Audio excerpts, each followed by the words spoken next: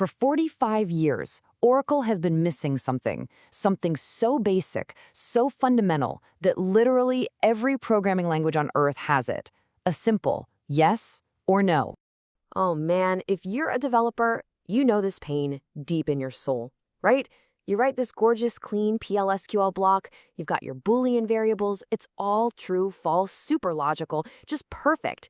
And then the second you try to save that simple truth to a table, bam, error. And why? Because for 45 years, Oracle SQL just didn't support the Boolean data type. So we were all forced to lie. We had to lie to our own database. We used a CHAR 1 for Y or N, or maybe a number 1 for 1 or 0, and we all just kind of told ourselves, it's good enough. Let me tell you, it was not. And this is where it just gets, it's absurd. Every other major database on the planet solved this problem decades ago. All right, let's do a quick roll call. PostgreSQL? Yeah, they had this figured out back in the 90s. MySQL? Had it. Of course they did. It's about as fundamental as it gets. SQL Server? Yeah, they had it. No issues. Heck, even SQLite, the tiny little database that you could probably run on a smart toaster, even it had a proper Boolean. Oracle was literally the last major holdout. The last one. So you might think, what's the big deal? Well, let me tell you a quick story. A story about why good enough can be an absolute disaster. Okay, so picture this. Late 90s, I'm consulting for a big utility company. They've got this massive billing table, and in it, a column called IS_billable. And of course, it's the classic workaround, right? A CHAR 1 with a check constraint to make sure it's an uppercase Y or N. Well, one night, a junior DBA is running a huge data migration, and to speed things up, he makes let's call it a bold decision. He disabled the constraint. And this is the beautiful, terrifying chain of failure. First, the new system starts pumping in millions of records, but it's using a lowercase y.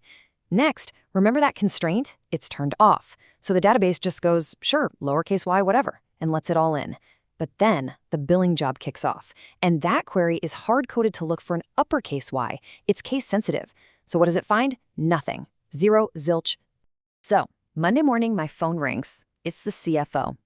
And he asks me a very simple, very calm, and very terrifying question. Mr. Ed, why is our revenue 0? The damage? 50,000 customers got free electricity that month, all because our fancy multi-million-dollar database couldn't tell the difference between a letter of the alphabet and a fundamental state of truth. And that right there, that is exactly why this stuff matters. A Boolean isn't just a character. It's not a number. It's a state of being. Something is either true or it is false. That's it. There is no such thing as a lowercase true. Even E.F. Codd, the guy who invented the relational model, said truth values were fundamental. It was a core part of the idea, a part that Oracle just kind of shrugged at. Until now. Because with Oracle 26AI, they finally fixed it. We get the simple, sane alternative. No more check constraints. No more worrying about upper or lower case. You just write is active Boolean, and you're done. Just look at the difference. The old way was this clunky mess where upper is active equals Y.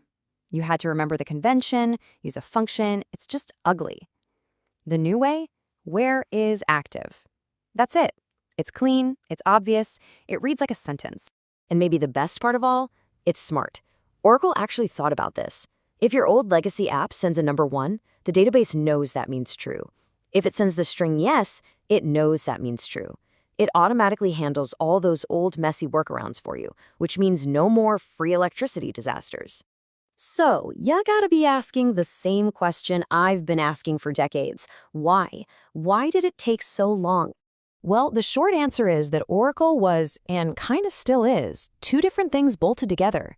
Two languages with two totally separate type systems. See, the PL/SQL engine, where you write your procedures and functions, it had Boolean from day one. It was always there.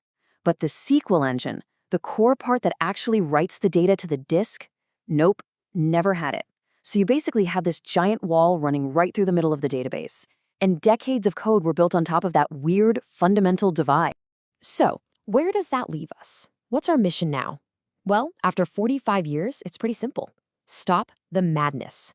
Stop asking a poor, innocent character, to do a Boolean's job.